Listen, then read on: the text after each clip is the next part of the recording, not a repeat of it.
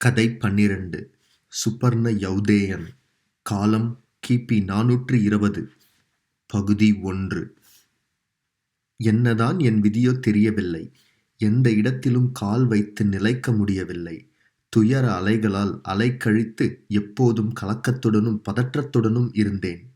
என் வாழ்க்கையில் இனிய நாட்கள் வந்தன என்றாலும் அவை கசப்பான நாட்களை விடக் குறைவு. ஆனால் மழைப்பருவத்தின் இறுதிக் கட்டத்தில் ஒரு இடத்தில் மழை பெய்தால் சற்று தூரத்தில் வெயிலடிப்பது போன்று மாற்றங்கள் நிகழ்கின்றன. இந்த மாற்றச் சக்கரம் ஏன் ஓயாது சுழல்கிறது என்று தெரியவில்லை. வடமேற்கில் காந்தாரத்தில் இப்போதும் மது விழாவின் போது கன்று மாமிசம் உண்ணப்படுகிறது. ஆனால் மத்திய இந்தியாவில், ஐக்கிய மாகாணம், பீகாரில் பசு மாமிசம் என்று சொல்வது கூட பாவம். அங்கே பசுக்களையும் பிராமணர்களையும் காப்பதுதான் தலைசிறந்த தர்மம். எனக்கு புரியவில்லை. வெயிலுக்கும் நிழலுக்கும் உள்ளது போன்று தர்மங்களில் இவ்வளவு வேறுபாடா? ஒரு இடத்தின் தர்மம் மற்றொரு இடத்தின் அதர்மமாகிறது. ஒரு இடத்தில் முன்னதாகவே மாற்றம் வந்து பிறகு அது விரைவாகவோ தாமதமாகவோ மற்ற இடத்திலும் கடைபிடிக்கப்படுமோ? நான் அவந்தி நாட்டில் ஷிப்ரா நதிக்கரையில் இருக்கும் ஒரு கிராமத்தில் பிறந்தேன். என் இனத்தவர் தங்களை நாடோடிகளாகக் கருதினார்கள். ஆயினும் அவர்கள் வசிக்கும் இடத்தில் அவர்களுக்கு சொந்த வீடும் வயல்களும் இருந்தன. அவற்றைத் தோளில் சுமந்து செல்ல முடியாதல்லவா? எனவே அவர்கள் எங்கு சென்றாலும் தற்காலிகமாகத் தங்கித் திரும்புவார்கள். என் இனத்தவரின் உடலமைப்பும் நிறமும் கிராமத்தின் மற்ற மனிதர்களிடமிருந்து வேறுபட்டிருந்தன. என் சமூகத்தினர் உயரமும் வாட்டசாட்டமான தோற்றமும் வெண்சிவப்பு நிறமும் கொண்டிருந்தார்கள். எனவே மற்றவர்கள் தங்களை மேலாதிக்கம் செய்வதை அவர்களால் சகித்துக் கொள்ள முடிந்ததில்லை. கிராமத்திலேயே என் அம்மாதான் மிகவும் அழகானவள். அவளது வெள்ளை முகத்தில் தவிட்டு நிற கூந்தல் கற்றைகள் விழுந்து புரளுவதை பார்ப்பதற்கு பேரெழிலாக இருக்கும். எங்கள் இனத்தவர் தங்களை பிராமணர் என்றே கூறி வந்தனர். ஆனால் கிராமத்தினர் இதில் சந்தேகம் கொண்டிருப்பது எனக்குத் தெரியும். அந்த சந்தேகத்திற்கான காரணமும் இருந்தது. மது அருந்துவது என்பது கிராமத்தின் மற்ற பிராமணர்களுக்கு பெரும் பாவச் செயல். ஆனால் அது மது தயாரிப்பதும் பருகுவதும் எங்கள் வீட்டில் தொடர்ந்து நடந்து வந்தது. மற்ற உயர்குல குடும்பங்களில் ஆண்கள் பெண்கள் ஒன்று சேர்ந்து நடனமாடுவதை கேள்விப்பட்டது கூட கிடையாது. ஆனால் ஒரே மூல குடும்பத்திலிருந்து உருவான எங்கள் 7 குடும்பத்தைச் சேர்ந்த ஆண்களும் பெண்களும் மாலை நேரத்தில் ஆடிப்பாடுவதற்கு திறந்த வெளியில் கூடுவார்கள். நான் சிறு பையனாக இருக்கும்போது எங்கள் வீட்டு பழக்க வழக்கங்கள் போன்றுதான் எல்லா வீடுகளிலும் இருக்கும் என்று நினைத்து கொண்டிருந்தேன். ஆனால் நான் சற்று வளர்ந்த பிறகு கிராமத்தின் மற்ற பிள்ளைகளுடன் சேர்ந்து விளையாடுவதுண்டு. அப்போது அவர்கள் என்னை கேலி செய்வதிலிருந்து மற்றவர்கள் எங்களை விசித்திர பிறவிகளாக கருதுகிறார்கள் என்று புரிந்து கொண்டேன். கிராமத்தினர் எங்களை மேற்குலத்தோராக ஏற்றுக்கொண்டாலும் நாங்கள் பிராமணர்கள் என்பதில் சந்தேகம் கொண்டார்கள். எங்கள் கிராமம் பெரிய கிராமம். அங்கே கடைகளும் வியாபாரிகளின் வீடுகளும் உண்டு. கிராமத்தில் சில நாகர் குடும்பங்களும் உண்டு. நாகர்களை மக்கள் பனியா என்றே அழைத்தனர். ஆனால் நாகர்கள் எங்களை நாங்கள் சொல்லிக் கொள்வது போன்று அவர்களும் தங்களை பிராமணர்கள் என்று சொல்லிக் கொண்டார்கள். நாகர் சமூகத்து பெண்கள் அநேகர் எங்கள் சமூகத்து ஆண்களை திருமணம் செய்திருக்கின்றனர். கிராமத்தினர் எங்களை பிராமணர் அல்ல என்று மறுப்பதற்கு இதுவும் ஒரு காரணம். அவர்கள் கருத்தின்படி உணவு, திருமணம் ஆகியவற்றில் பிராமணர்களின் நியதிகளை புறக்கணிக்கும் நாங்கள் எப்படி பிராமணர்களாக இருக்க முடியும்? விளையாட்டில் என் நண்பர்களுடன் சச்சரவு ஏற்படும் போது அவர்கள் என்னை சண்டைக்கோழி சத்திரியன் என்று திட்டுவார்கள். நான் இது பற்றி அம்மாவிடம் கேட்டால் அவள் பதிலேதும் சொல்லாமல் தவிர்த்து விடுவாள். நான் கொஞ்சம் பெரியவனாக வளர்ந்தபோது, அதாவது எனக்கு 10 வயதான போது கிராமத்தில் ஒரு பிராமண குரு நடத்தி வந்த பள்ளிக்கு படிக்கச் சென்றேன். அங்கு பயின்ற மாணவர்களில் என்னையும் 2 நாகர் சமூக மாணவர்களையும் தவிர மற்றவர்களெல்லாம் பிராமணர்கள். மக்கள் அவர்களை பக்கா பிராமணர்கள், அதாவது அசலான பிராமணர்கள் என்று குறிப்பிட்டார்கள். எங்கள் மூவரையும் அரை பிராமணர்கள் என்று அழைத்தார்கள். குருவின் சீடர்களில் நான் தான் அறிவு மிகுந்தவன்.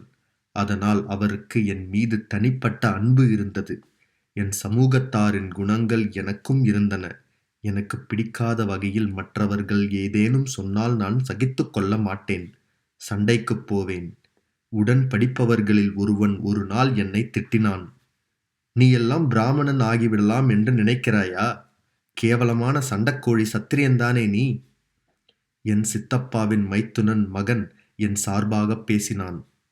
என்னை திட்டியவன் இவனையும், இந்த கிரேக்க பயல் நாகர் பிராமணனாகிவிட்டதைப் பாருங்கள் என்று கேலி செய்தான். இது என் மனதை மிகவும் புண்படுத்தியது.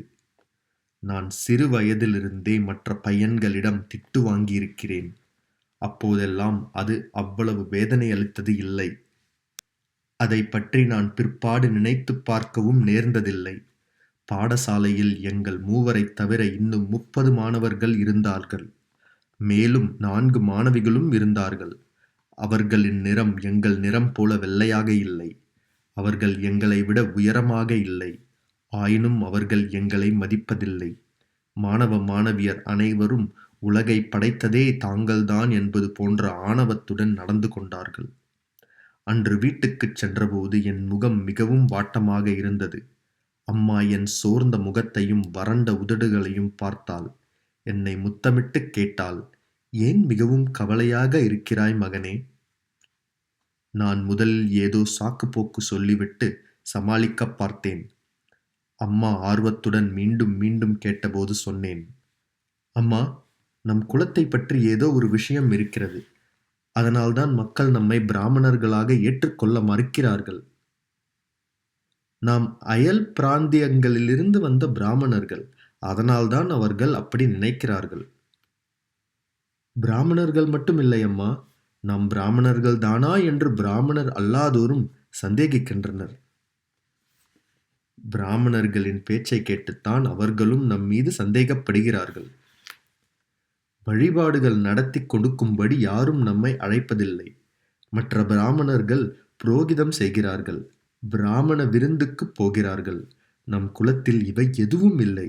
மற்ற பிராமணர்கள் அவர்கள் பந்தியில் அமர்ந்து சாப்பிட நம்மை அனுமதிப்பதும் இல்லை. இதற்கெல்லாம் என்ன காரணம் அம்மா? உனக்கு தெரிந்தால் சொல். அம்மா நிறைய விஷயங்களை சொன்னாள். ஆனால் எனக்கு திருப்தி ஏற்படவில்லை. என் மனது இப்படி கலக்கமடையும் போது என்னுடன் படித்த நாகர் இன நண்பர்களும் உறவினர்களும் என் மீது இரக்கம் காட்டினார்கள். இப்படி அவர்களும் மன பாதிப்புக்கு ஆளானவர்கள்தானே. அதனால் நாங்கள் ஒருவர் மீது ஒருவர் அனுதாபம் காட்டினோம். பகுதி 1 முற்றும். பகுதி 2. காலம் கடந்து சென்றது. எனக்கு 13 வயதானது. என் பள்ளிப் படிப்பு முடியும் காலம் நெருங்கியது. நான் ரிக்வேதம், ஐதரேய பிராமணம், இலக்கணம், வேர்ச்சொல் வரலாறு, சில காவியங்கள் ஆகியவற்றைப் படித்தேன். குருவுக்கு என் மீது மென்மேலும் அன்பு அதிகரித்துக் கொண்டிருந்தது. அவர் மகள் வித்யாவுக்கு என்னை விட 4 வயது குறைவு. அவள் குருவும் அவர் மனைவியும் என்னுடன் அன்புடன் நடந்து கொள்வதைப் பார்த்து அவளும் என் மீது மரியாதை காட்டினாள். அவள் என்னை அன்புடன் சுபர்ணா அண்ணா என்று அழைத்தாள். என் குருவின் குடும்பத்தினர் என்னை எந்தக் குறையும் இல்லாமல் நடத்தினார்கள். குருவின் மனைவி என் அம்மாவைப் போன்று என்னை நேசித்தாள். இந்த காலத்தில் உடன் படிக்கும் மாணவன் ஒருவன் என்னை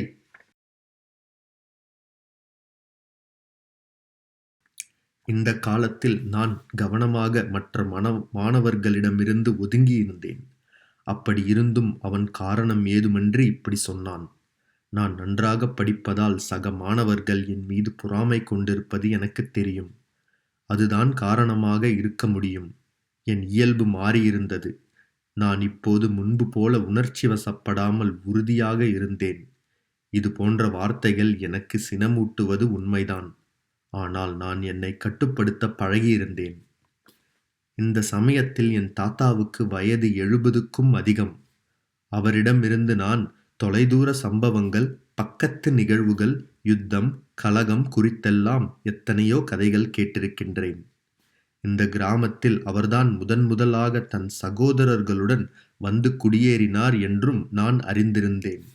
நான் தாத்தாவிடம் கேட்டு எங்கள் குலத்தின் உண்மை விவரங்களை தெரிந்து கொள்ள வேண்டும் என்று முடிவு செய்தேன். கிராமத்தின் கிழக்குப் பகுதியில் எங்களுக்கு ஒரு மாந்தோப்பு இருந்தது. இந்த வருடம் காய்ப்பு அதிகம். மாங்காய்கள் பழுப்பதற்கு இன்னும் கொஞ்ச காலம் ஆகும். ஆயினும் இப்போதிருந்தே அடிமை சோனா தோப்புக்குள் குடிசை போட்டு காவல் காக்க ஆரம்பித்து விட்டாள். தாத்தா கிராமத்துக்கு வந்த சமயத்தில் ஒரு தெற்கு திசை வியாபாரியிடமிருந்து சோனாவை 40 வெள்ளிக்காசுக்கு வாங்கினாராம். அந்த காலத்தில் அடிமைகளை விற்பதற்கு தெற்கிலிருந்து நிறைய வியாபாரிகள் வருவார்களாம். அன்று சோனா அழகான இளம் பெண்ணாக இருந்தாள். அதனால்தான் அவளுக்கு அதிக விலை. இப்போது அந்த அடிமைப் பெண்ணின் கருப்புத் தோல் தளர்ந்து சுருங்கி இருக்கிறது. வளைவான உழவு சால்களைப் போன்று முகத்தில் கோடுகள் விழுந்திருக்கின்றன. என் தாத்தாவை கேலி செய்வதில் அவளுக்கு ஆர்வம். அவர்கள் இருவரும் தனியாக இருக்கும்போது கேலி அதிகரிக்கும். அவர்களைப் பற்றி மக்கள் வேறு மாதிரி பேசிக்கொள்கிறார்கள். மனைவியை இழந்த ஆரோக்கியமான ஒரு முதியவரைப் பற்றி இப்படி பேசிக்கொள்வது இயல்புதான். தாத்தா மாலை நேரத்தில் தோப்புக்கு செல்வது வழக்கம். ஒரு நாள் நானும் அவருடன் சென்றேன். புத்திசாலி பையனான என் மீது தாத்தாவுக்கு பாசம் அதிகம். பேசிக்கொண்டிருக்கும் போது நான் சொன்னேன், தாத்தா, நான் நம் குலத்தை பற்றிய உண்மைகளை தெரிந்து கொள்ள விரும்புகிறேன். மக்கள் நம்மை உண்மையான பிராமணர்களாக ஏற்றுக்கொள்ள மறுக்கிறார்களே, ஏன்?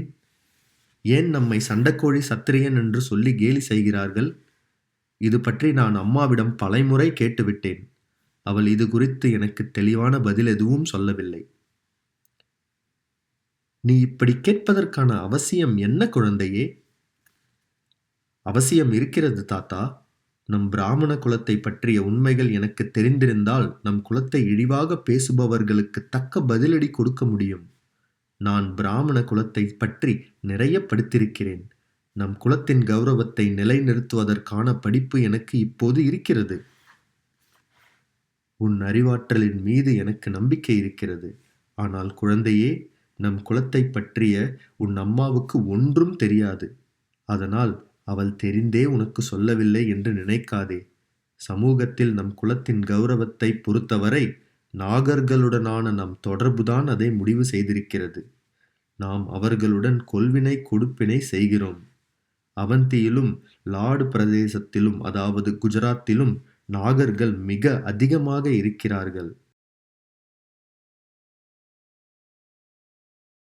உண்மையில் உன் தலைமுறையினரில் யௌதேயர்களின் இரத்தத்தை விட நாகர்களின் இரத்தமே அதிகம். யௌதேயர் என்றால் என்ன தாத்தா?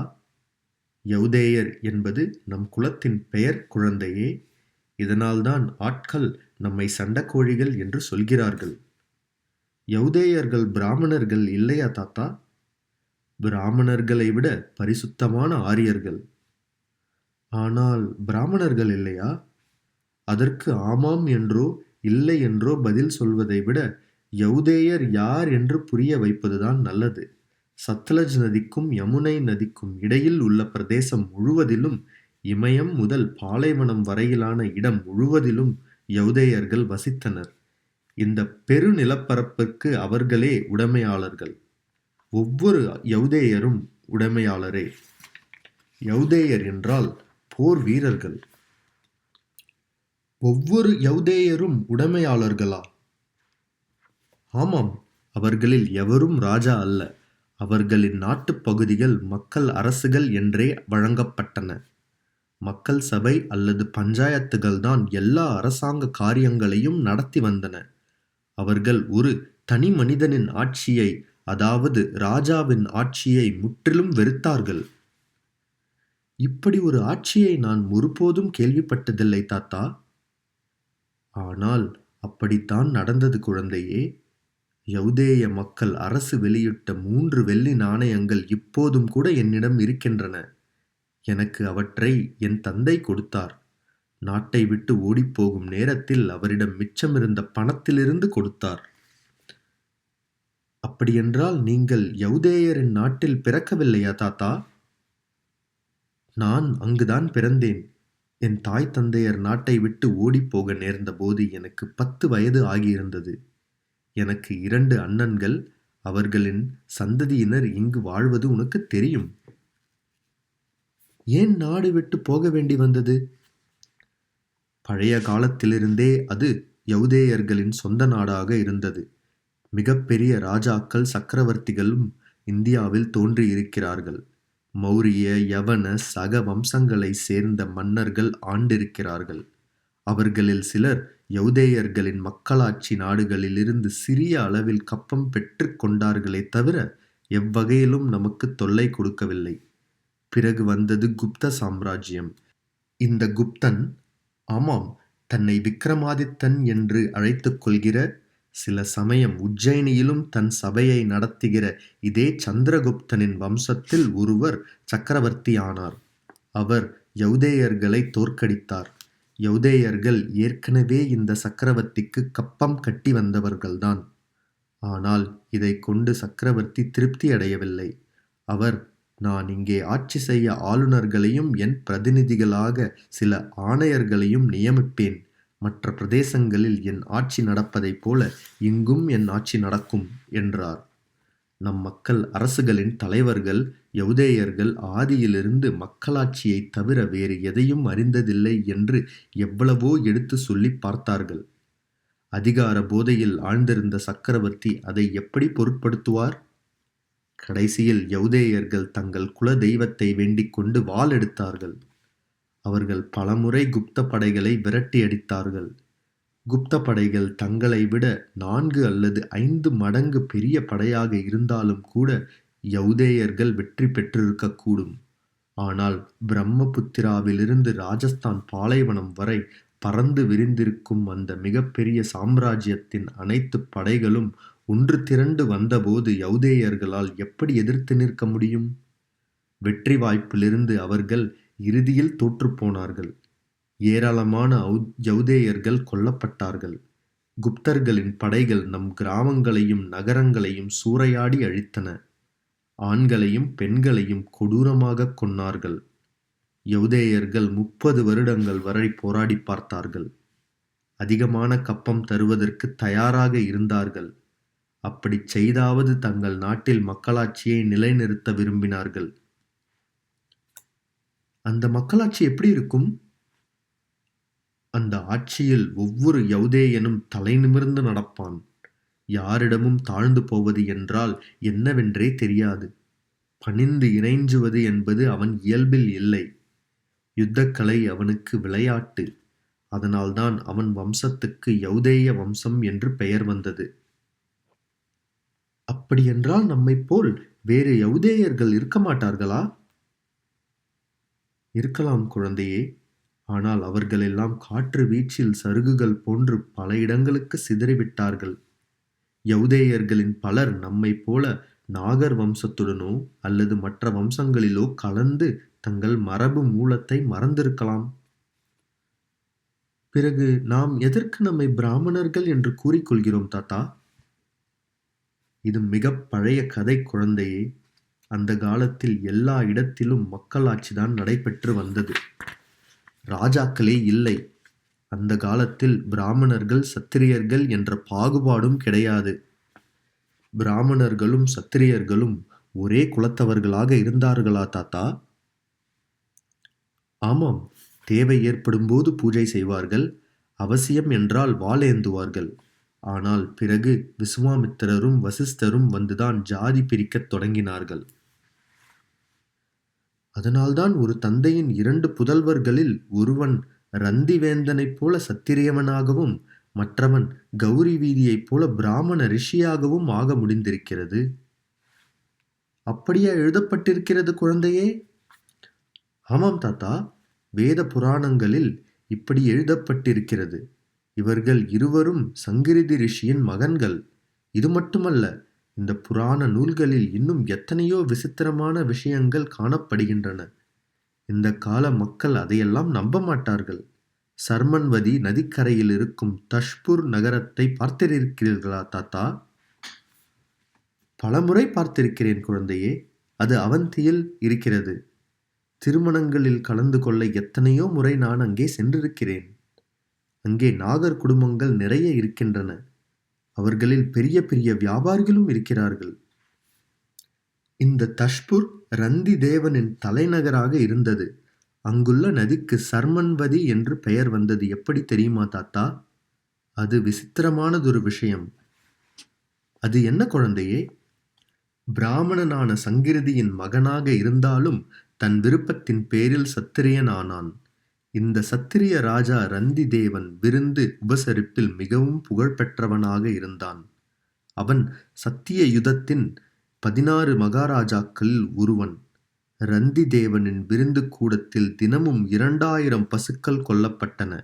அவற்றின் ஈரத் தோல்கள் சமையலறைக்கு பக்கத்திலேயே அடுக்கி வைக்கப்பட்டிருந்தன. அந்த தோல்களிலிருந்து கசிந்து கொட்டும் நீர் ஒரு நதியாகிவிட்டது. சருமத்திலிருந்து, அதாவது தோலிலிருந்து உற்பத்தியானதால் சர்மன்வதி என்ற பெயர் ஏற்பட்டது. உண்மையாகவா? நம் பழைய நூல்களில் இப்படி எழுதப்பட்டிருக்கிறதா குழந்தையே? ஆமாம் தாத்தா, மகாபாரதத்தில் தெளிவாக எழுதப்பட்டிருக்கிறது. 5ஆம் வேதமான மகாபாரதத்தில் பசு மாமிச உணவை பற்றி எழுதப்பட்டிருக்கிறதா? ரந்தி தேவனின் விருந்து கூடத்தில் விருந்தினர்களுக்கு பரிமாறுவதற்காக இந்த பசு மாமிசத்தை சமைப்பதற்கு 2000 சமையற்காரர்கள் இருந்தார்கள். ஆயினும் சாப்பிட வரும் பிராமணர்களின் கூட்டம் மிகவும் அதிகமாக இருந்ததால் மாமிசம் போதவில்லை. எனவே பரிசாரகர்கள் சூப் அதிகமாக பருகும்படி விருந்தினர்களை வேண்டிக் கொண்டார்கள். பிராமணர்கள் பசு மாமிசம் சாப்பிடுவதா? என்ன சொல்கிறாய் குழந்தையே? தாத்தா, 5ஆம் வேதமான மகாபாரதம் பொய் சொல்லுமா? அட, அந்த காலத்தில் இப்படியா முற்றிலும் மாறியிருந்தது? உலகம் உருண்டு புரண்டு மாறிக்கொண்டிருக்கிறது தாத்தா. ஆயினும் தாங்கள் அசல் பிராமணர்கள் என்று சொல்லிக் கொள்கிற இந்த பகல் குருடர்கள் அனைவரின் கண்களையும் மறைக்க விரும்புகிறார்கள். நம் முன்னோர்களான யௌதேயர்கள் பிராமணர்களின் கபட சூழ்ச்சிகள் பரவுவதற்கு முன்பான தங்களது நீதி நெறிகளையும் ஆசாரங்களையும் கடைபிடித்து வந்திருக்கிறார்கள் என்று நான் நம்புகிறேன். ஆமாம், பிராமணர்கள் தங்களை விட உயர்ந்தவர்கள் என்று அவர்கள் கருதவில்லை. இங்கே வந்த பிறகு உங்கள் மகன்களுக்கும் மருமகளுக்கும் அவந்தி பிராமணர்களுடன் மனம் செய்விக்காமல் நாகர்களுடன் சம்பந்தம் செய்து கொண்டீர்களே, ஏன்? அதற்கு 2 காரணங்கள் இருக்கின்றன குழந்தையே. ஒன்று, இந்த அவந்தி பிராமணர்கள் நம் குலத்தை பற்றி சந்தேகம் கொள்கிறார்கள். ஆனால் இது ஒரு பிரச்சனை இல்லை. வேண்டுமென்றால் நம் இளைஞர்களுக்கு அவந்தி பிராமண பெண்களையே திருமணம் செய்து வைத்திருக்க முடியும். 2வது காரணம், நாகர்களும் நம்மைப் போல வெண்ணிறமும் உயரமும் கொண்டவர்கள். இங்குள்ள பிராமணர்கள் எப்படி நம்மை பிராமணர்களாக அங்கீகரிக்கவில்லையோ அதுபோல நாகர்களையும் அங்கீகரிக்கவில்லை. ஆயினும் இந்த நாகர்களும் தம்மை பிராமணர்கள் என்றே கூறிக்கொள்கிறார்கள். நாகர்களுடன் திருமண உறவு மேற்கொள்ள விரும்பியதற்கு காரணங்கள் இவைதான். இந்த நாகர்கள் யார் தாத்தா? நாகர்களும் பிராமணர்களே. ஆனால் பிறரிடம் பிராமணர் என்று சொன்னால் மட்டும் போதாதல்லவா? அவர்கள் மேலும் எங்கிருந்து வந்த பிராமணர்கள், எந்த கோத்திரம் என்றெல்லாம் கேட்பார்களே. நம் இந்த சம்பந்தக்காரர்கள் நகரங்களில் வசித்தவர்கள். அதனால் அவர்கள் தங்களை நாகர் பிராமணர்கள் என்று கூறிக்கொண்டார்கள். நம்மை நாம் யௌதேய பிராமணர்கள் என்று சொல்லிக் கொள்வது போல. ஆனால் அவர்கள் உண்மையில் யார்? நாகர்கள் என்போர் அந்த காலத்தில் கடற்கரை பகுதிகளில் வாழ்ந்து வந்த கிரேக்கர்கள்தான். அவர்களில் பெரும்பாலோர் பிராமணர்கள் அல்ல, புத்த மதத்தை சேர்ந்தவர்கள். நீ உஜ்ஜயினிக்கு போனால் தெரியும். தங்களை கிரேக்கர்கள் என்று வெளிப்படையாக கூறிக்கொள்ளும் நிறைய நாகர்களை பார்க்கலாம். உங்களை நீங்கள் சத்திரியர் என்று கூறிக்கொள்ளுங்கள் என்று அங்குள்ள பிராமணர்கள் அவர்களை வலியுறுத்துகின்றனர். இப்படி தன்னிச்சையாக முடிவு செய்வதன் மூலமும் அதை மற்றவர்களிடம் திணித்து ஒப்புக்கொள்ள செய்வதன் மூலமுமாகவா சாதிப்பிரிவுகள் நிலவுகின்றன? பார்க்கும்போது இப்படிதான் இருக்கிறது குழந்தையே. பகுதி 2 முற்றும். பகுதி 3. நான் இப்போது 20 வயதுடைய அழகும் வலிமையும் கொண்ட வாலிபன். என் கிராமத்தில் படிப்பை முடித்துவிட்டு உஜ்ஜயினியில் பெரிய பெரிய பண்டிதர்களிடம் கல்வி கற்றுக் கொண்டிருக்கிறேன். என் அம்மா பிறந்தது உஜ்ஜயினியில்தான். என் தாய்வழி பாட்டி வீட்டினர் உஜ்ஜயினியில் பெருஞ்செல்வந்தர்களான நாகர்களைச் சேர்ந்தவர்கள். என் பாட்டி வீட்டார் கட்டாயப்படுத்தி என்னை தங்களுடன் தங்க வைத்துக் கொண்டனர். என்னைப் போன்று கிராமப்புறங்களிலிருந்து வரும் மாணவர்கள் விசாலமான உலகத்தை காண்பதற்கான ஜன்னல் போன்றிருந்தது உஜ்ஜயினி. காளிதாசரின் பெயரை நான் முன்பே கேள்விப்பட்டிருக்கின்றேன். அவரது கவிதைகள் சிலவற்றை படித்தும் இருக்கிறேன். உஜ்ஜயினியில் சில காலம் அவரிடம் கல்வி கற்கும் பாக்கியமும் எனக்கு கிடைத்தது. காளிதாச மகாகவிக்கு சந்திரகுப்த விக்கிரமாதித்தனின் சபையில் பெரிய மரியாதை. அதனால் பெரும்பாலும் அவர் உஜ்ஜயினியில் இருக்க மாட்டார். ராஜா தன் முதலாம் தலைநகருக்கு செல்லும் போதெல்லாம் அவருடன் காளிதாசரும் சென்று விடுவார். என் குருதேவரான காளிதாச மகாகவியை பற்றி எனக்கு மிகவும் பெருமை உண்டு. ஆனால் காளிதாசர் ராஜாவிடம் கொள்ளும் அடிமை மனோபாவத்தை நான் மிகவும் வெறுத்தேன். அன்று அவர் குமார சம்பவம் படைத்துக் கொண்டிருந்தார். அவர் என்னிடம், சந்திரகுப்த விக்கிரமாதித்தனின் புத்திரன் குமாரகுப்தனையே நான் இந்த காவியத்தில் சிவனின் குமாரன் கார்த்திகேயனாக வர்ணித்து அமரத்துவம் அளிக்கப் போகிறேன் என்று சொன்னார். என் தயக்கமற்ற கேலி அவருக்கு கசப்பளித்தாலும் அவர் என் மீது கோபம் கொள்ளவில்லை. ஒரு நாள் நான் அவரிடம் கேட்டேன், குருவே, தங்களின் காவிய மேதமையின் சாம்ராஜ்யம் என்றும் நிரந்தரமானது. சந்திரகுப்த விக்கிரமாதித்தனின் சாம்ராஜ்யமோ அவர் மகன் குமாரகுப்தனின் சாம்ராஜ்யமோ அவர்களின் ஆயுட்காலத்தோடு முடிந்துவிடக்கூடியது. பிறகு நீங்கள் ஏன் இந்த சக்கரவர்த்திகளின் முன்னால் இவ்வளவு தாழ்ந்து பணிகிறீர்கள்? உண்மையில் சந்திரகுப்த விக்கிரமாதித்தன் தர்மத்தை நிலைநிறுத்தியவர் சுபர்ணா. பார், அவர் ஹூணர்களை தோற்கடித்து நம் பாரத நாட்டை காப்பாற்றியிருக்கிறார் அல்லவா? ஆனால் குருவே, உத்தராபதத்திலும் பஞ்சாபிலும் காஷ்மீரத்திலும் இப்போது ஹூணர்கள் இருக்கிறார்களே. ஹூணர்கள் இருந்த நிறைய இடங்களிலிருந்து அவர்களை சக்கரவர்த்தி விரட்டிவிட்டார். இப்போது அவர்கள் ஒரு சிறிய பகுதியில்தானே இருக்கிறார்கள். ராஜாக்கள் இப்படித்தான் ஒருவரை ஒருவர் விரட்டிவிட்டு மற்றவர்களின் இடத்தில் தாங்கள் ஆதிக்கத்தை நிலைநாட்டுகிறார்கள். ஆனால் குப்த வம்சத்தினர் பசுவையும் பிராமணர்களையும் போற்றி காப்பவர்களாயிருக்கிறார்கள். குருவே, முட்டாள்களுக்கு வியப்பளிக்கும் இது போன்ற வார்த்தைகளை நான் உங்களிடமிருந்து கேட்க விரும்பவில்லை. உங்களுக்கு நன்றாக தெரியும் தானே, நம் முன்னோர்களான மகரிஷிகள் பசுக்களை காப்பாற்றினார்கள். எதற்காக? பசு மாமிசம் சாப்பிடுவதற்காக. நீங்கள் மேகதூதத்தில் சர்மணவதியை பசுக்களை கொல்லும் ரந்தி தேவனின் புகழ்பெருக்கு என்று வர்ணித்திருக்கிறீர்களே. என்னே உன் ஆணவம், என் அன்பிற்குரிய மாணவனே? இதை நான் கேட்டுக்கொள்கிறேன் குருவே. ஆனால் காலத்தை வென்ற கவிச்சக்கரவர்த்தியான நீங்கள் தர்மத்தை அழிக்கும் இந்த குப்த ராஜாக்களின் முன்னால் மண்டியிடுவதா?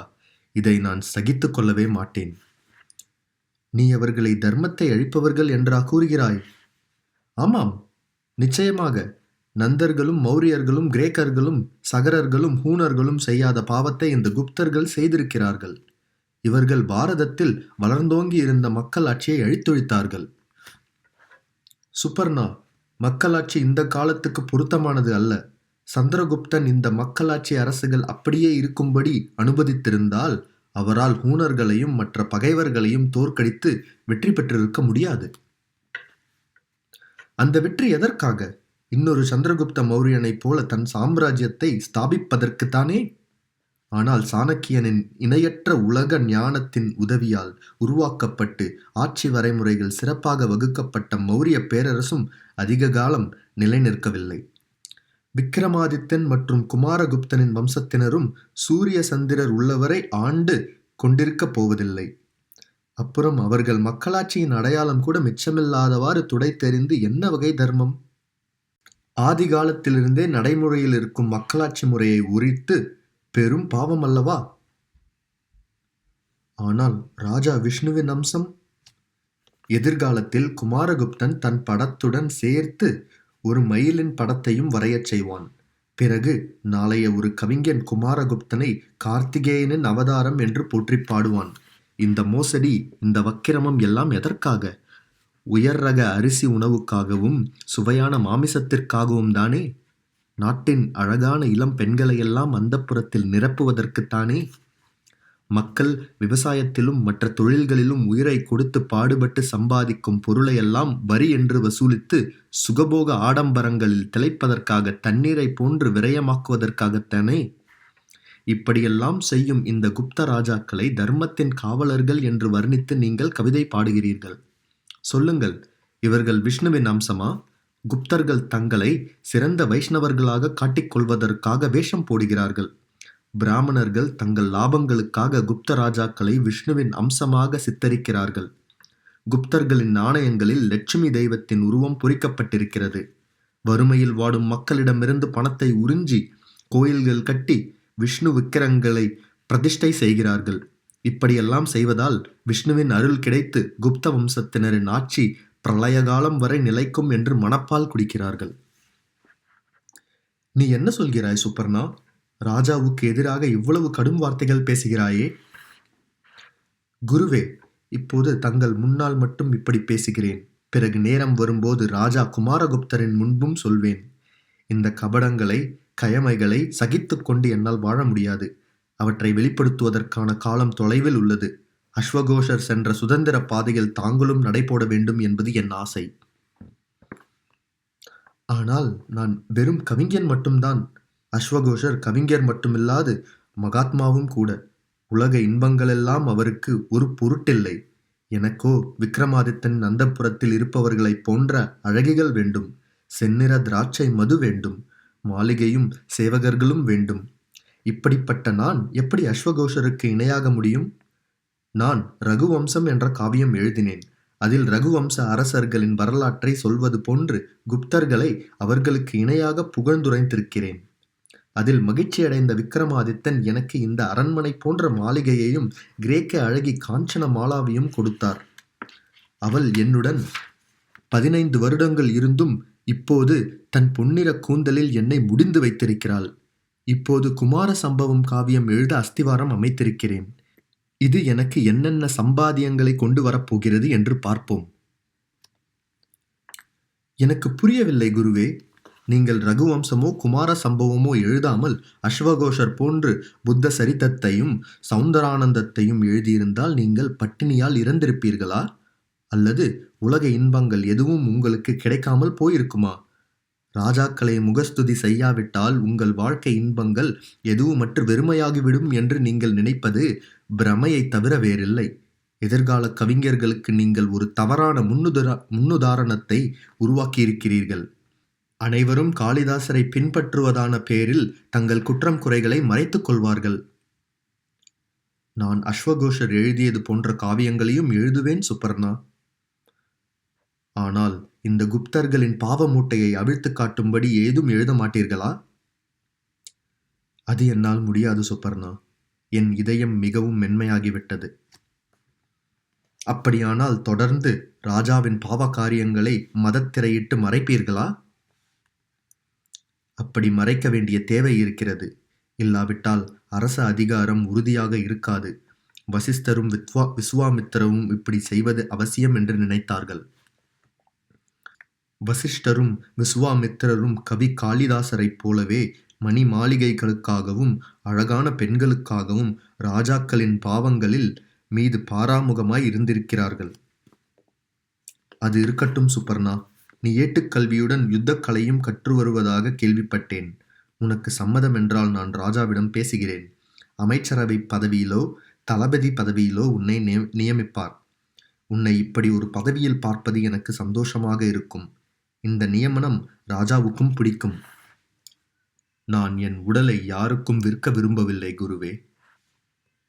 சரி, ராஜ புரோகிதர்களில் ஒருவனாக உனக்கு பதவி அளித்தால் ஏற்றுக்கொள்வாயா? பிராமணர்களின் சுயநலத்தை நான் மிகவும் வெறுக்கிறேன். பிறகு என்னதான் செய்ய போகிறாய்? மேலும் நான் படிக்க வேண்டியவை நிறைய இருக்கின்றன. பகுதி 3 முற்றும். பகுதி 4. உஜ்ஜயினியில் வசித்ததால் என் அறிவுத் தாகத்தை தீர்த்துக் கொள்ளவும், நான் முன்பே சொன்னது போன்று இந்த விசாலமான உலகத்தைப் பற்றித் தெரிந்து கொள்ளவும் எனக்கு வாய்ப்பு கிடைத்தது. பிராமணர்கள் எப்படி தங்களை முழுமையாக ராஜாக்களிடம் விற்றுவிட்டிருக்கிறார்கள் என்று நான் அங்கே நெருக்கமாகப் பார்த்தேன். என்னை பிராமணன் என்று மற்றவர்கள் ஏற்றுக்கொள்ளாவிட்டாலும் கூட, நான் பிராமணன் என்று என்னைப் பற்றிப் பெருமை கொண்டிருந்த ஒரு காலம் இருந்தது. ஆனால் கிராமத்தை விட்டு நகரத்துக்குப் போவதற்கு முன்பே இந்தப் பெருமை குன்றத் தொடங்கியது. நகரத்துக்கு வந்தபோது பருகச்சத்திலிருந்து அடிக்கடி உஜ்ஜயினிக்கு வரும் அசல் கிரேக்கர்களை பார்த்தேன். நகரத்தில் அவர்களுக்கு பெரிய பெரிய வியாபார நிறுவனங்கள் இருந்தன. அங்கே நான் எத்தனையோ சகர்கள் குடும்பத்துடனும் அபீர்கள் குடும்பத்துடனும் பழகினேன். அவர்களின் முன்னோர் நூற்றாண்டுக்கு முன்பு உஜ்ஜயினி, லாடதேசம், சௌராஷ்டிரா ஆகிய பிரதேசங்களின் ஆளுநர்களாக இருந்திருக்கிறார்கள். பழுத்த ஆரஞ்சு நிறக் கன்னங்களும் ரோமமற்ற முகமும் வட்டக் கண்களும் கொண்ட ஹூணர்களையும் பார்த்தேன். யுத்தத்தில் அவர்கள் நிபுணர்களாக இருக்கலாம், ஆனால் குறிப்பிடும்படியான வேறு திறமைகள் எதுவும் அவர்களிடத்தில் இல்லை. இப்படி பலவிதமான மனிதர்களை பார்ப்பதற்கு மிகவும் பொருத்தமான இடங்கள் புத்த மடங்கள்தான். உஜ்ஜயினுக்கு வெளியே புத்த மடங்கள் பல இருந்தன. என் தாய் மாமாவும் அவர் குடும்பத்தினரும் புத்த மதத்தை தழுவியவர்கள்தான். அந்த மடங்களில் நாகர்குல பிக்குகள் அநேகர் வசித்தனர். அதனால் நான் பலமுறை அங்கே போக நேர்ந்தது. நான் ஒரு முறை பருகச்சத்துக்கும் சென்றேன். ஏட்டுக்கல்வி முடிந்த பிறகு நான் பல இடங்களுக்கு பயணம் செய்து என் அறிவை பெருக்கிக் கொள்ள விரும்பினேன். இந்த காலத்தில் விதர்ப்ப பிரதேசத்தில் அசிந்தியா, அதாவது அஜந்தா மடம் என்ற புகழ்பெற்ற புத்த மடம் இருக்கிறது என்றும் அங்கே பல நாட்டு புத்த பிக்குகள் வசிக்கிறார்கள் என்றும் கேள்விப்பட்டேன். எனவே நான் அங்கும் சென்றேன். இதுவரை நான் பயணம் புறப்படும் போதெல்லாம் தேவையான பொருட்களுடனும் நண்பர்களின் துணையுடனும் தான் சென்றிருக்கிறேன். இப்போதுதான் முதன் முறையாக துணையின்றி தேவையான அளவு பொருளுமின்றி புறப்பட்டிருக்கிறேன். வழியில் திருடர்களுக்கு அஞ்ச வேண்டியதில்லை. குப்தர்களின் இந்த நடவடிக்கைக்காக அவர்களை பாராட்டத்தான் வேண்டும். ஆனால் கொள்ளையும் வழிப்பறியும் இல்லாதாகும்படி குப்தர்களின் ஆட்சி ஒவ்வொரு குடும்பத்தையும் செழிப்படையச் செய்ததா? இல்லை. இந்த குப்த ராஜாக்கள் வரி வசூலிப்பதில் தங்கள் முன்னோர்களான எல்லா ராஜாக்களையும் மிஞ்சினார்கள். அரண்மனைகள் கட்டுவதில் முன்னர் எப்போதும் இவ்வளவு பணம் செலவு செய்யப்படவில்லை. அவற்றை அலங்கரிப்பதற்கு அளவற்று செலவு செய்திருக்கிறார்கள். நதிகளையும் மலைகளையும் குளங்களையும் கடல்களையும் அப்படியே தங்கள் அரண்மனைக்கு அருகே அமைக்க முயன்றார்கள். அவர்களின் பொழுதுபோக்கு பூங்காக்கள் அசல் காடுகள் போன்றே இருந்தன. அங்கே வனவிலங்குகள் கூண்டுகளுக்குள் அடைத்து வளர்க்கப்பட்டன. வெளியே மான்கள், கலைமான்கள் போன்ற சாதுவான விலங்குகளும் சுற்றித் திரிந்தன. அவர்கள் செயற்கையாக ஏற்படுத்தியிருந்த குன்றுகளில் இயற்கையாக அமைந்திருப்பதைப் போன்று மரம், செடி, கொடிகளும் நீர்வீழ்ச்சிகளும் உருவாக்கப்பட்டிருந்தன. குளங்களோடு கால்வாய்கள் இணைக்கப்பட்டு ஆங்காங்கே அழகிய பாலங்கள் கட்டப்பட்டிருந்தன. அங்கே உல்லாசப் படகுகள் மிதந்து சென்று கொண்டிருந்தன. அரண்மனைகளுக்குள் யானை தந்தங்களால் செய்யப்பட்ட பொருட்களும் தங்கம், வெள்ளி, வைரங்களால் செய்யப்பட்ட பொருட்களும் குவிந்திருந்தன. சீனப்பட்டு துணிகளும் அரிதான கம்பளங்களும் நிறைய இருந்தன. அரண்மனைகளை அலங்கரிப்பதில் ஓவியர்கள் தங்கள் கலைத்திறனை வெளிப்படுத்தியிருந்தனர். சிற்பிகள் உருவாக்கிய அற்புதமான கற்சிற்பங்களும் உலோகச் சிற்பங்களும் பொருத்தமான இடங்களில் வைக்கப்பட்டிருந்தன. வெளிநாட்டு பயணிகளும் வெளிநாட்டு அரசு தூதர்களும் இந்த ஓவியங்களையும் சிற்பங்களையும் மிகவும் புகழ்ந்து பேசுவதை நான் கேட்டிருக்கிறேன். அந்த நேரங்களிலெல்லாம் நான் பெருமையுடன் தலை நிமிர்ந்தேன். ஆனால் கிராமங்களின் பட்டினி குடில்களின் நிலையை பார்க்கும் போதெல்லாம் உஜ்ஜயினி மணி மாளிகைகளை நினைத்து என் ரத்தம் கொதிக்கும். ஒரு இடத்தை குழி தோண்டி மற்றொரு இடத்தை மேடு செய்வது போல உஜ்ஜயினியின் கிராமப்புற வளமையை உறிஞ்சி மக்களை வறுமையில் வீழ்த்தி நகரங்களின் மாட மாளிகைகள் உயர்ந்தோங்கியிருப்பதாக நான் உணர்ந்து கொண்டேன். நகரங்களில் மட்டுமல்ல, கிராமங்களில் திறமையான தொழிலாளர்களும் பல வகையான பொருட்களை உருவாக்குகிறார்கள். நூல் நூற்பவர்கள் மெல்லிய நூல் நூற்கிறார்கள். அதைக் கொண்டு நெசவாளர்கள் மெல்லிய ஆடைகள் நெய்கிறார்கள். கருமார்களும் பொற்கொல்லர்களும் தச்சர்களும் தோல் வேலைக்காரர்களும் தங்கள் முழு திறனையும் பயன்படுத்தி அருமையான பொருட்களை உருவாக்குகிறார்கள். அரண்மனைகளில் பேரழகு கலைகள் பல படைக்கும் கரங்கள் இந்த கிராமத்து கரங்களின் உறவுக் கரங்களே. இங்கிருந்து அங்கே சென்றவையே. ஆனால் அவர்களின் மெலிந்த உடல்களையும் நலிந்த குடில்களையும் பார்க்கும்போது கனவுத் தோற்றம் கைக்கு எட்டாதது போல இவர்களின் கலை ஆற்றல் இவர்களின் சொந்த வாழ்க்கைக்கு சிறிதும் பயன்படவில்லை என்பது புரியும். கிராமப்புறங்களில் இவர்கள் உருவாக்கிய அருமை மிகுந்த பொருட்கள் நகரங்களைச் சென்றடைகின்றன. அங்கே மாளிகைகளிலும் அரண்மனைகளிலும் விற்பனை நிலையங்களிலும் இடம் பெறுகின்றன. அவற்றில் பெரும் பகுதி பொருட்கள் அங்கிருந்து மேற்கு கடற்கரையிலுள்ள பருகச்சம் முதலிய துறைமுகங்கள் வழியாக ஈரானுக்கோ எகிப்துக்கோ அல்லது கிழக்கு கடற்கரையிலுள்ள தாமிரலிப்தி வழியாக ஜாவாவுக்கோ, அதாவது யவத்தீவு, சுமத்ராவுக்கோ அல்லது சுவர்ணத்தீவுக்கு அனுப்பப்பட்டன. இந்தியாவில் கடல் வாணிபம் இதற்கு முன்னால் இவ்வளவு வளர்ச்சி பெற்றிருக்கவில்லை. இங்குள்ள பொருட்களும் மாற்றாக வெளிநாடுகளிலிருந்து இவ்வளவு பெருஞ்செல்வம் வந்து சேர்ந்ததும் இல்லை. ஆனால் இதனால் லாபம் யாருக்கு? மிக அதிக லாபம் கிடைத்தது குப்த ராஜாக்களுக்குத்தான். ஏனென்றால் அவர்கள் இந்த பொருட்களின் மீது அதிக சங்கவரி விதித்தார்கள். அடுத்தபடியாக பண்ணையார்களும் நிலப்பிரபுக்களும் வியாபாரிகளையும் தொழிலாளர்களையும் ஏமாற்றி பணம் பறித்தனர். கடைசியில் கடல் வணிகர்களும் நகர வணிகர்களும் லாபம் கொள்ளையில் சளைத்தவர்கள் அல்ல. இவற்றையெல்லாம் பார்த்தபோது எனக்கு நாட்டுப்புறத்து விவசாயிகளும் தொழிலாளர்களும் எப்படி இவ்வளவு வறுமைப்பட்டு போனார்கள் என்பதை தெளிவாக புரிந்து கொண்டேன். குப்த ராஜாக்கள் சாலைகளையும் நெடுஞ்சாலைகளையும் பாதுகாப்பதில் ஏன் இவ்வளவு ஆர்வம் காட்டுகிறார்கள் என்பதும் புரிந்தது.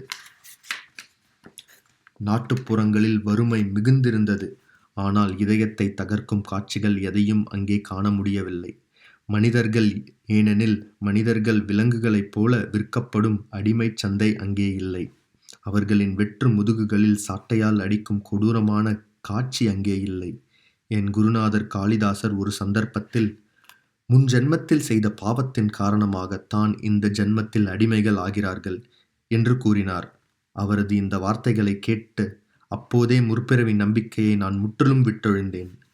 குப்த ராஜாக்கள் தங்கள் சக்தியை நிலைநிறுத்துவதற்காக ஒவ்வொரு வழியிலும் மத நம்பிக்கைகளை பயன்படுத்துவதற்கு அவசரம் கொண்டிருந்தார்கள். அறிவுடைய எவரொருவரும் அவர்களை பற்றி இப்படி நினைப்பது இயல்புதான். ஆனால் நான் சாதாரண மக்களை பார்க்கும்போது அவர்கள் இதை பற்றி முற்றிலும் பிரங்கே அற்றிருந்தனர். ஏன்? ஒரு கால் அவர்கள் தங்களை நிராதரவாக உணர்ந்ததால் இருக்கலாம். கிராமவாசிகளுக்கு தங்கள் கிராமம் மட்டும்தான் உலகம். தங்கள் கிராமத்துக்கு அப்பால் என்ன நடக்கிறது என்பது குறித்து அவர்களுக்கு அக்கறை இல்லை. கிராமத்தில் தங்களுடைய நிலத்தில் ஒரு அங்குலத்தை மற்றவர் கைப்பற்ற நினைத்தாலும் அதற்காக அவர்கள் கடுமையாக போராடுவார்கள். அதை பார்க்கும்போது குமாரகுப்தன் கூட ஒரு மாகாணத்திற்காக இவ்வளவு தீவிரமாக போராடியிருக்க மாட்டான் என்று தோன்றும். ஆனால் கிராமத்தின் எல்லைக்கு அப்பால் என்ன நடந்தாலும் அவர்களுக்கு பிரச்சனை இல்லை. நான் ஒரு கிராமத்தின் கதையை நினைத்து பார்க்கிறேன். அங்கே 40க்கும் அதிகமான வீடுகள் இருந்தன. எல்லாம் வைக்கோல் வேய்ந்த குடில்கள். கோடை காலத்தில் ஒரு வீட்டின் அடுப்பிலிருந்து தீ பிடித்து விட்டது. கிராமத்தினர் அனைவரும் தண்ணீர் எடுத்துக்கொண்டு தீப்பிடித்த அந்த வீட்டை நோக்கி ஓடிச் சென்றனர். ஆனால் ஒரு வீட்டில் உள்ள தம்பதியர் மட்டும் தண்ணீருடன் தங்கள் வீட்டு பக்கத்திலேயே அமர்ந்து விட்டனர். அதிர்ஷ்டவசமாக அந்த கிராமத்தில் அந்த ஒரு வீடு மட்டுமே எரிந்து விடாமல் மீந்தது. முதலில் தீப்பற்றிய வீட்டிலிருந்து மற்ற வீடுகளுக்கு தீ பரவியது. அந்த வீட்டை அணைக்கவே எல்லோரும் ஓடியதால் அவர்கள் தங்கள் குடிசைகளை இழந்தனர். அந்த நேரத்தில் எனக்கு யவுதேயர்களின் பழைய மக்களாட்சியை பற்றிய நினைவு வந்தது. அங்கே ஒரு மக்களாட்சி அரசை காப்பதற்கு அங்குள்ள எல்லா மக்களும் உயிரை கொடுக்கவும் சித்தமாக இருந்தனர். அதுபோன்று அரசர்களின் ஆட்சியில் சந்திரகுப்தனும் குமாரகுப்தனும் மற்ற நாடுகளின் மீது போர் தொடுத்த போது அவர்களின் வெற்றிக்காக லட்சக்கணக்கானோர் உயிர் துறந்தனர்.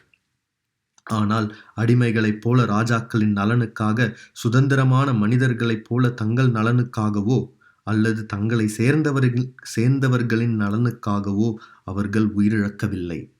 100 வருட காலத்திற்குள் குப்தா ஆட்சி குடிமக்கள் மனநிலையில் ஏற்படுத்திய மாற்றத்தை நினைக்கும்போது உளம் நடுங்கி ரோமங்கள் சிலிர்க்கின்றன. இன்னும் சில நூற்றாண்டுகள் இந்த குப்தா ஆட்சி நீடிக்குமானால் இந்த நாடு வெறும் அடிமைகளின் நாடாக மாறிவிடும். அப்புறம் அவர்கள் ராஜாக்களுக்காக போராடவும் அவர்களுக்காக இறக்கவும் மட்டுமே அறிந்திருப்பார்கள். மனிதர்களுக்கு சில உரிமைகள் உண்டு என்ற எண்ணமே அவர்கள் மனதில் இருந்து மறைந்து போயிருக்கும்.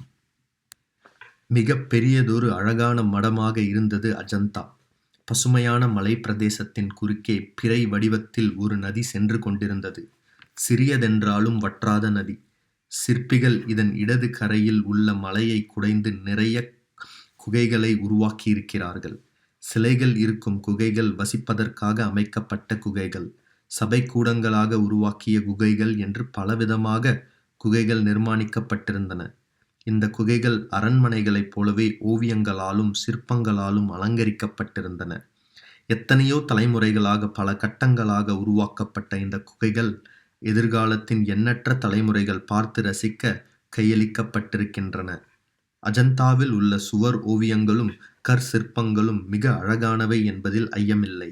ஆனால் அந்த அழகு குப்த ராஜாக்களின் அரண்மனைகளில் இருக்கும் ஓவிய சிற்ப அழகுக்கு நிகராகாது. எனவே குகைகளின் கலை வேலைப்பாடுகள் என்னை அந்தளவு ஈர்க்கவில்லை. அங்கே பிக்குகளின் கூட்டம்தான் என்னை கவர்ந்தது.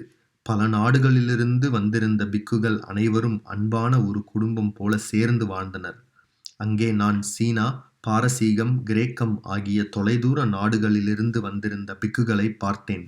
சிங்களம், ஜாவா, சுமத்ரா தீவு பிரதேசங்களிலிருந்தும் வந்திருந்த பிக்குகளும் அங்கிருந்தனர். சம்பா தீவு, கம்போஜம் அல்லது கம்போடியா ஆகிய நாடுகளின் பெயரை நான் அங்குதான் முதலாக கேள்விப்பட்டேன். அங்கிருந்து வந்த பிக்குகளை பார்த்தேன். கபிசா, உத்யான், துஷார் ஆகிய நாடுகளிலிருந்து வந்திருந்தவர்களையும் பார்த்தேன். குச்சா நாட்டு மஞ்சள் நிற மனிதர்கள் காவி உடை அணிந்து பிக்குகளாக அங்கே காணப்பட்டார்கள். வெளிநாடுகளை பற்றி தெரிந்து கொள்வதில் நான் பேரார்வம் கொண்டிருந்தேன். இந்த வெளிநாட்டு பிக்குகளை தனித்தனியாக சந்திக்க முடிந்திருந்தால் ஒவ்வொருவனுடனும் ஒவ்வொரு வருடம் பழகி பல விஷயங்களை கிரகித்திருப்பேன். ஆனால் இங்கே இவ்வளவு பெரிய எண்ணிக்கையில் இவர்களை சந்திக்க நேர்ந்ததால் வறியவனுக்கு புதையல் கிடைத்தது போன்று திக்குமுக்காடி போனேன். என் குரு காளிதாசரிடமிருந்து திங்கநாகர் என்ற பெயரை நான் கேள்விப்பட்டிருக்கிறேன். திங்கநாகர் ஒரு நாத்திகர். காளிதாசர் குப்த சாம்ராஜ்யத்தையும் மன்னராட்சியையும் அதற்கு ஆதரவாக இருக்கும் பிராமண மதத்தையும் உறுதியாக ஆதரிப்பவர். அவர் இப்படி ஆதரிப்பதற்கான காரணத்தை நான் ஏற்கனவே தெரிவித்திருக்கின்றேன். அவர் இந்த விஷயத்தில் திங்கநாகரை தனக்கான ஒரு தடையாக பார்த்தார். அவர் சொன்னார், இந்த திராவிடரான நாத்திகர் திங்கநாகர் விஷ்ணு என்ன 30 முக்கோடி தேவர்களின் சிம்மாசனங்களையே கிடுகிடுக்க செய்யக்கூடியவர். ராஜாக்களின் சுயநலத்திற்காகவும் பிராமணர்களின் சுயநலத்திற்காகவும் நாங்கள் மதத்தின் பெயரால் செய்கின்ற தந்திரங்களின் இரகசியத்தை அவர் அறிந்திருந்தார். திங்கநாகருக்கு முதியவரான மகாபிக்கு வசுபந்து குருவாக இருந்தார். அதனால் திங்கநாகரின் அறிவு கூர்மை பெற்று விளங்கியது. வசுபந்து ஒரு ஞானக்கடல் என்று காளிதாசர் புகழ்வதுண்டு. மகாபிக்கு வசுபந்து 2ஆம் சந்திரகுப்த விக்ரமாதித்தனுக்கு அப்போது தலைநகராக இருந்த அயோத்தியின் அரசவையில் ராஜகுருவாக திகழ்ந்தார். அப்போதும் அவர் ராஜாவை சார்ந்திருக்கவில்லை. சுதந்திரமான மரியாதைக்குரிய குரு என்ற நிலையில் அவர் அயோத்தியில் நிறைய வருடங்கள் வசித்திருக்கிறார். ஆயினும் குப்தர்களின் இழிவான மனப்போக்கை பார்த்து துயருற்ற தன் சொந்த ஊரான புஷ்பூருக்கு அல்லது பெஷாவருக்கு சென்று விட்டார். அந்த மகாபிக்கு வசுபந்துவிடம் கற்றுத் தேர்ந்தவர்தான் திங்கநாகர். திங்கநாகர் இரும்பாலான வாள் கொண்டல்ல, அம்பு கொண்டு அல்ல, அவற்றை விட கூர்மையான அறிவும் வாதத்திறனும் கொண்டு தன் எண்ணங்களை எடுத்துரைத்தார். அவருடன் அரை மணி நேரம் உரையாடிக் கொண்டிருந்தாலே மிகவும் உபயோகமாக இருக்கும். பிராமணர்களின் மோசடி தந்திரங்கள் யாவும் தெள்ளத் தெளிவாக விளங்கிவிடும். நான் 6 மாதங்கள் அஜந்தா மடத்தில் தங்கியிருந்தேன். திங்கநாகரின் நாற்றிசையிலும் நல்லறிவின் ஒளி பரப்பும் உபதேசங்களை நாள்தோறும் கேட்டேன். எனக்கு குருவாக திங்கநாகர் வாய்க்கப் பெற்றேனே என்றெண்ணி நான் மிகவும் பெருமிதம் கொண்டேன். அவரது ஞானம் கம்பீரமுடையது. எரியும் தீக்கனல் போலத்தான் அவரது வார்த்தைகள். என்னைப் போலவே அவரும் உலகத்தின் கபட நாடகங்களை, ஏமாற்றுச் சூழ்ச்சிகளையும் பார்த்து கோபமும் ஆவேசமும் அடைவார். ஒரு நாள் அவர் என்னிடம் சொன்னார், சுபர்ணா, பொதுமக்களின் சக்தி கொண்டுதான் நாம் ஏதாவது செய்ய முடியும்.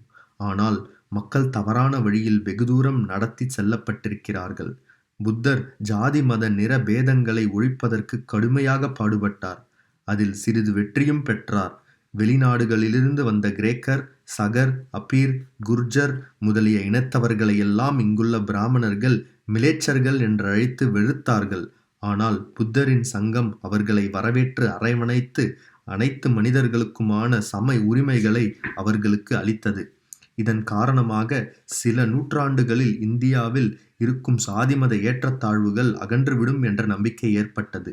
ஆனால் துரதிர்ஷ்டவசமாக குப்தர்களின் ஆட்சியில் பிராமணர்கள் பெரும் செல்வாக்கு கொண்டவர்களாக இருந்தனர். ஆரம்பத்தில் பிராமணர்கள் குப்தர்களையும் மிலேச்சர்களே என்றே புறக்கணித்தார்கள். ஆனால் காளிதாசர் தன் காவியங்களான ரகுவம்சத்திலும் குமார சம்பவத்திலும் குப்தர்களின் அருமைகளை மறைமுகமாக போற்றி புகழ்ந்து அவர்களின் கௌரவத்தை உயர்த்தினார். குப்தர்கள் தங்கள் ராஜ வம்சத்தின் ஆட்சி பிரளய காலம் வரை நிலைத்திருக்க வேண்டுமென்று ஆசை வெறி உன்மத்தம் கொண்டிருந்தனர். அது அவ்வண்ணமே ஆகும் என்று பிராமணர்களும் பொய்யாக உறுதியளித்தனர். அப்படி உறுதியளிப்பது நம் வசுபந்துவுக்கு சாத்தியமில்லை. அவர் லிச்சவி இன மக்களாட்சியின் அடிப்படையில் தோற்றுவிக்கப்பட்ட பிக்கு சங்கத்தின் உண்மை உறுப்பினர் ஆவார். பிராமணர்கள் இந்த பௌத்தர்களை கடும் எதிரிகளாக கருதுகிறார்கள். எல்லா நாட்டிலும் பௌத்தர்கள் பசு மாமிசம் சாப்பிடுகிறார்கள் என்றும் அதை அவர்கள் கைவிட மாட்டார்கள் என்றும் பிராமணர்களுக்கு தெரியும். இதையே பௌத்தர்களுக்கு எதிரான ஆயுதமாக பயன்படுத்தினார்கள். இதன் காரணமாக இந்தியாவில் மதத்தின் பெயரால் பிராமணர்கள் பசு மாமிசம் சாப்பிடுவது தடை செய்யப்பட்டது. பசுவையும் பிராமணர்களையும் காக்க வேண்டும், அதுதான் தர்மம் என்று பிரச்சாரம் செய்தனர். பௌத்த மதம் ஜாதி மத நிற வேற்றுமைகளை ஒழிக்க பாடுபட்டது.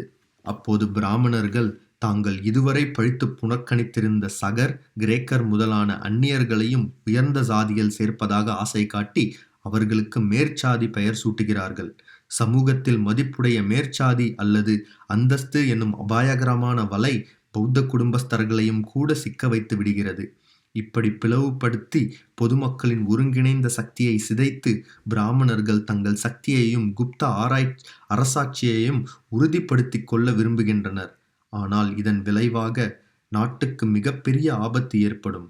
ஏனென்றால் அடிமைகளின் சக்தியை அடிப்படையாக கொண்ட எந்த நாடும் வலிமையுடைய நாடாக ஆக முடியாது.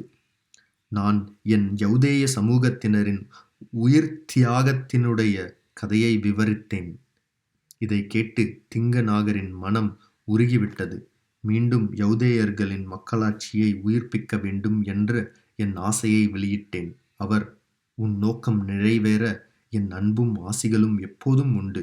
லட்சியத்தை வென்றெடுக்கும் உறுதி கொண்டவன் தடைகளை கண்டு கலங்கக்கூடாது என்று சொன்னார்.